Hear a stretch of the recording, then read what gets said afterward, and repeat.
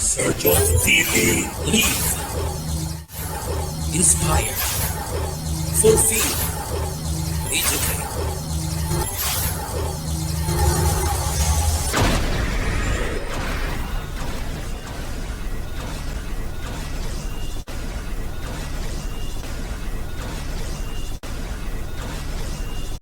Welcome to Surge of TV. Kumusta ka na sa araw na ito? Sana ay maayos lang ang iyong pakiramdam at handa nang matuto sa bago nating aralin. Handa ka na ba? Ano ba ang inaasahan mong matutuhan sa araw na ito? Tara na at ating alamin.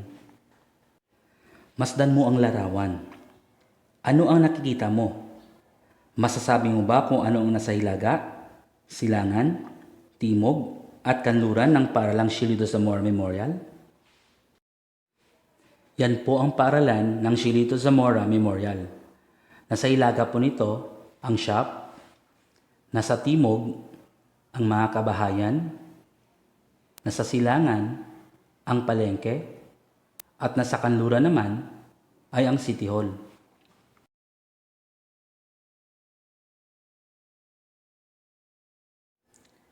Alam mo rin ba kung ano-ano ang nakapaligid sa bansang Pilipinas? Sa araling ito, malalaman mo ang relatibong lokasyon ng Pilipinas batay sa mga nakapaligid dito, gamit ang pangunahin at pangalawang direksyon. Sa pagtalakay sa araling ito, malalaman mo na ang Pilipinas ay naliligiran ng malalaking anyong tubig at mga karatig bansa para matukoy ang lokasyon nito. May mga gawain ding inihanda upang masukat ang iyong natutunan tungkol sa aralin. Inaasahan ko na magiging interesado ka at maging masaya sapagkat ito'y batay sa iyong karanasan sa araw-araw na nakakaapekto sa ating pamumuhay.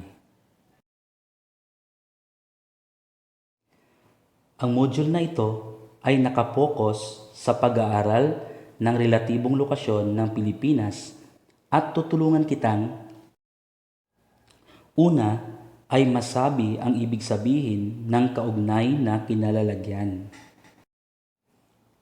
Pangalawa ay makilala ang mga anyong tubig o anyong lupa na pumapalibot sa Pilipinas kung pagbabatayan ang mga pangunahing direksyon.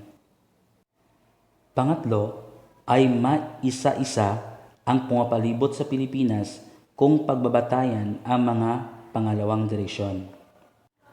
At pang-apat, masabi kung saang bahagi ng Asya matatagpuan ang Pilipinas. Ngayon, alam mo na ang inaasahan mong matutuhan. Bigyan mo na kita ng maikling pagsusulit. Huwag kang mag-alala, sapagkat ito lamang ay pagsubok ng iyong kakayahan. Paunang pagsusulit. Piliin at isulat ang titik ng tamang sagot. Number 1. Ang Pilipinas ay matatagpuan sa rehiyong Patlang. A. Hilagang Asya. B. Kanlurang Asya. C. Silangang Asya. D. Timog Silangang Asya.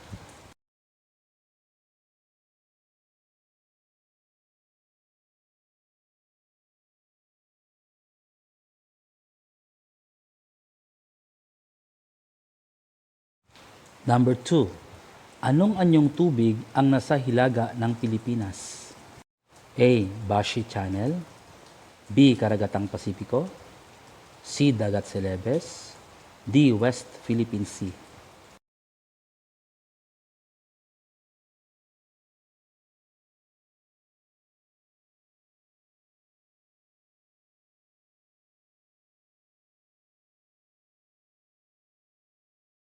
Number 3. Anong karatig bansa ang nasa kanluran ng Pilipinas? A. Indonesia. B. Japan. C. Taiwan. D. Vietnam.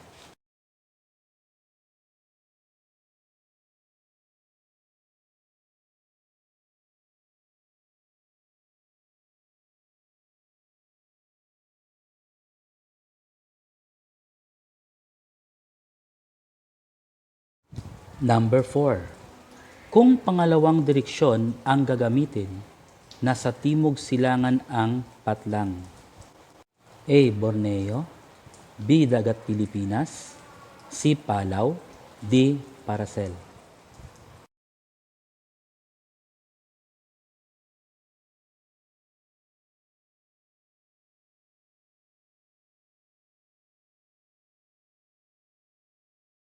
Number 5. Sa pangalawang direksyon ang gagamitin. Nasa hilagang kanluran ang Patlang. A. Borneo, B. Dagat Pilipinas, C. Palaw, D. Paracel.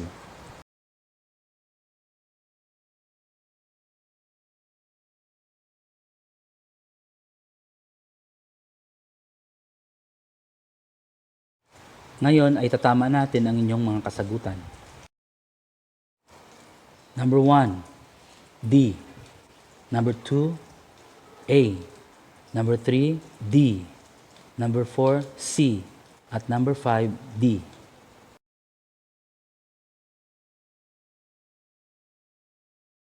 Oh, ilan bang nakuha mong score? Naka 4 ka ba? O 5 na wasto? Kung hindi naman, huwag kang mag-alala. Dahil pwede pa yung tumaas kapag sinimulan mo ang aralin na ito. Sa nakaraang aralin, natutuhan mo ang tungkol sa bansa, hindi ba? Tingnan ko nga kung may naalala ka pa sa nakaraang aralin. Napag-aralan mo sa unang aralin ang tungkol sa bansa. Ano-ano ang 4 na elemento ng bansa? Isulat ito sa kahon upang mabuo ang diagram. Mayroon tayong 4 na elemento ng pagkabansa. Ano-ano kaya ang mga ito?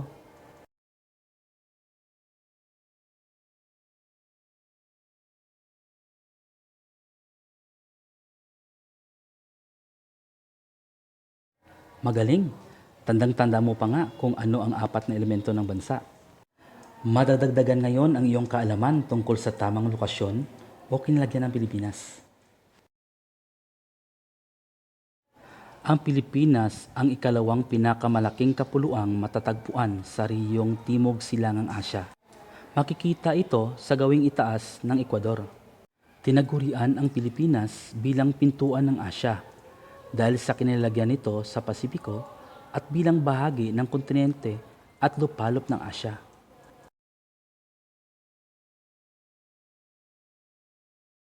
Ang Pilipinas ay nasa pagitan ng 4 degree hanggang 21 degree hilagang latitude.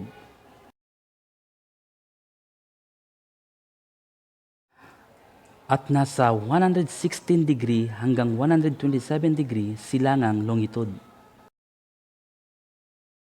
Ang relatibong lokasyon o kaugnay na kinalalagyan ng bansa ay ang lokasyon ng isang lugar sa kinalalagyan ng mga katabi o kalapit nitong lugar.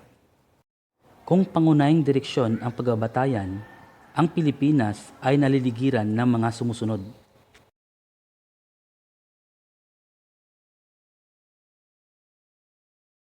Sa hilaga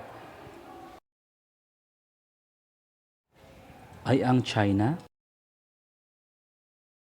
Taiwan na pinaniniwalaang probinsya ng China ayon sa United Nations o samahan ng mga nagkakaisang bansa.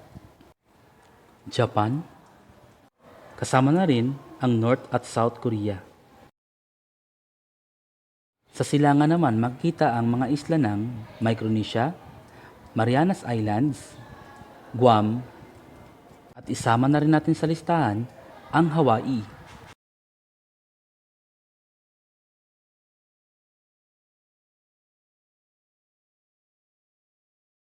Sa timog, makikita natin ang Brunei, Indonesia,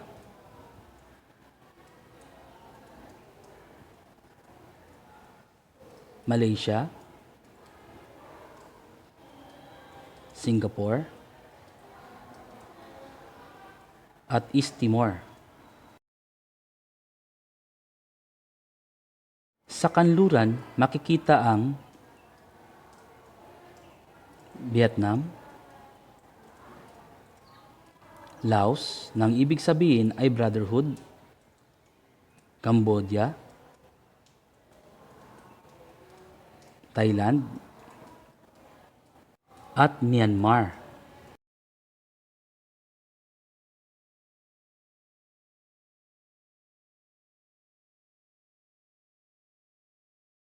May mga katubigan na nakapaligid sa Pilipinas, tulad ng Bashi Channel sa Ilaga, Karagatang Pasipiko sa Silangan,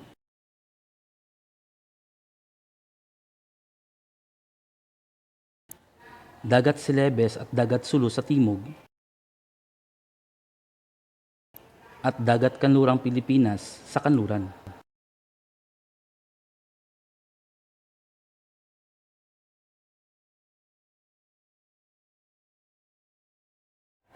Sa pagitan ng mga paunahing direksyon ay ang mga pangalawang direksyon. Kung ang pagbabatayan ang mga pangalawang direksyon, matutukoy din ang kinalagyan ng Pilipinas na napaliligiran ng dagat ng Pilipinas sa Hilagang Silangan, mga isla ng Palaw sa Timog Silangan, mga isla ng Paracel sa Hilagang Kanluran, at Borneo sa Timog Kanluran.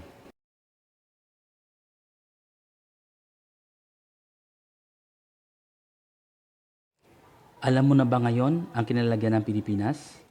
Tayo pala ay napaliligiran ng malalaking anyong tubig at mga bansa. Ngayon naman ay asain ko ang inyong galing at kaisipan sa mga sumusunod na gawain. Handa na ba kayo? Magaling! Gawain 1. Pag-aralan ang mapa. Ano-anong katubigan o bansa ang makikita sa paligid ng Pilipinas ayon sa mga pangunahing direksyon? Pangalawang direksyon, isulat sa diagram ang iyong mga sagot.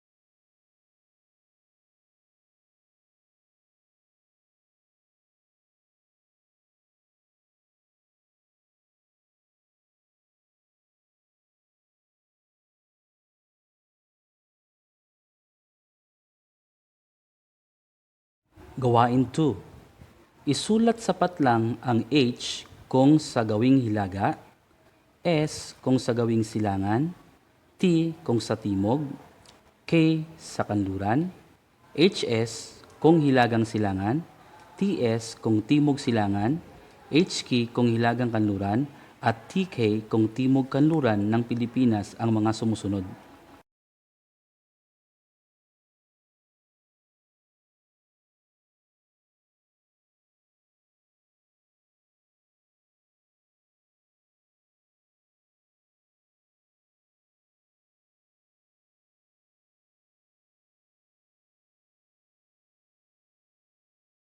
Madali lang tandaan ang aralin, hindi ba? Parang isipin mo lang kung ano ang nasa itaas mo, sa kanan, sa kaliwa, at sa bandang ibaba mo.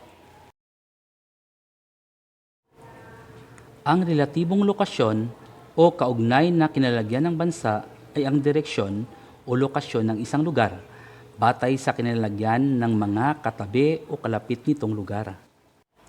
Ang Pilipinas ay matatagpuan sa reyong Timog Silangang Asya, sa kontinente o lupalop ng Asya. Kung gagamitin ang pangunahing direksyon, ang Pilipinas ay napaliligiran ng bansang Taiwan at Bashi Channel sa Hilaga. Karagatang Pasipiko sa silangan, mga bansang Brunei at Indonesia at mga dagat Celebes at Sulu sa timog, at ng bansang Vietnam at dagat kanlurang Pilipinas sa kanluran. Kung ang pangalawang direksyon ang gagamitin, na paliligiran ang bansa ng dagat ng Pilipinas sa Hilagang Silangan, mga isla ng Palaw sa Timog Silangan, mga isla ng Paracel sa Hilagang Kanluran, at Borneo sa Timog Kanluran.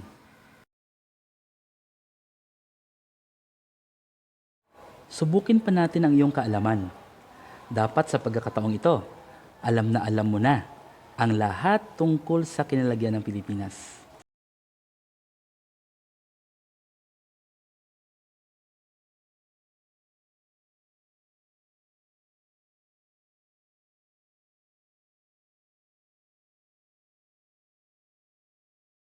Heto ngayon ang isa sa pinakamahalagang bahagi ng module na ito. Alam mo ng lahat tungkol sa aralin at susukatin ko ang iyong kaalaman. Kaya mo ba itong sagutin ng tama? Simulan mo na.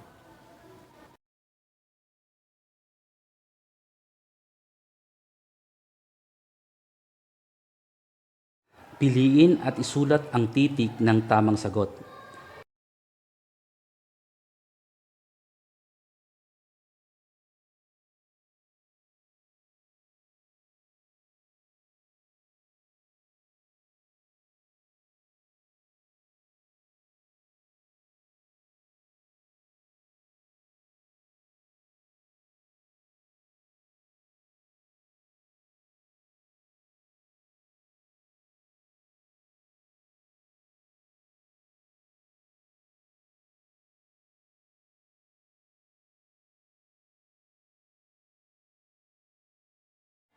Ilan kaya ang score mo?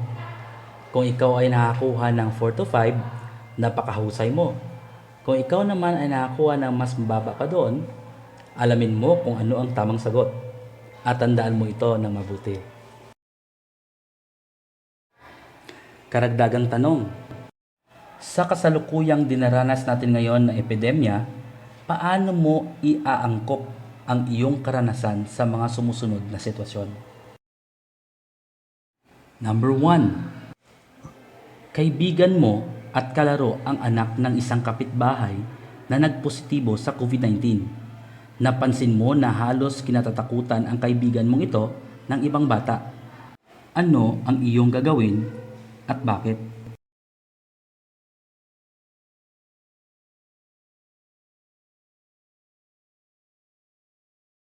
Number 2. Sa darating na bakasyon, ang buong pamilya mo ay nagbabalak mangibang bansa para magbakasyon. Saang bansa mo nais pumunta at bakit doon mo gustong makarating? Wow! Natapos mo na ang module na ito. Binabati kita at sana ay naging masaya ka sa paggawa. Hangad ko ang iyong kaligtasan at ng buo mong pamilya. Kita-kita tayo sa susunod na module. Paalam! Huwag po natin kalimutang i-like, subscribe, and hit the bell button. Sergeant TV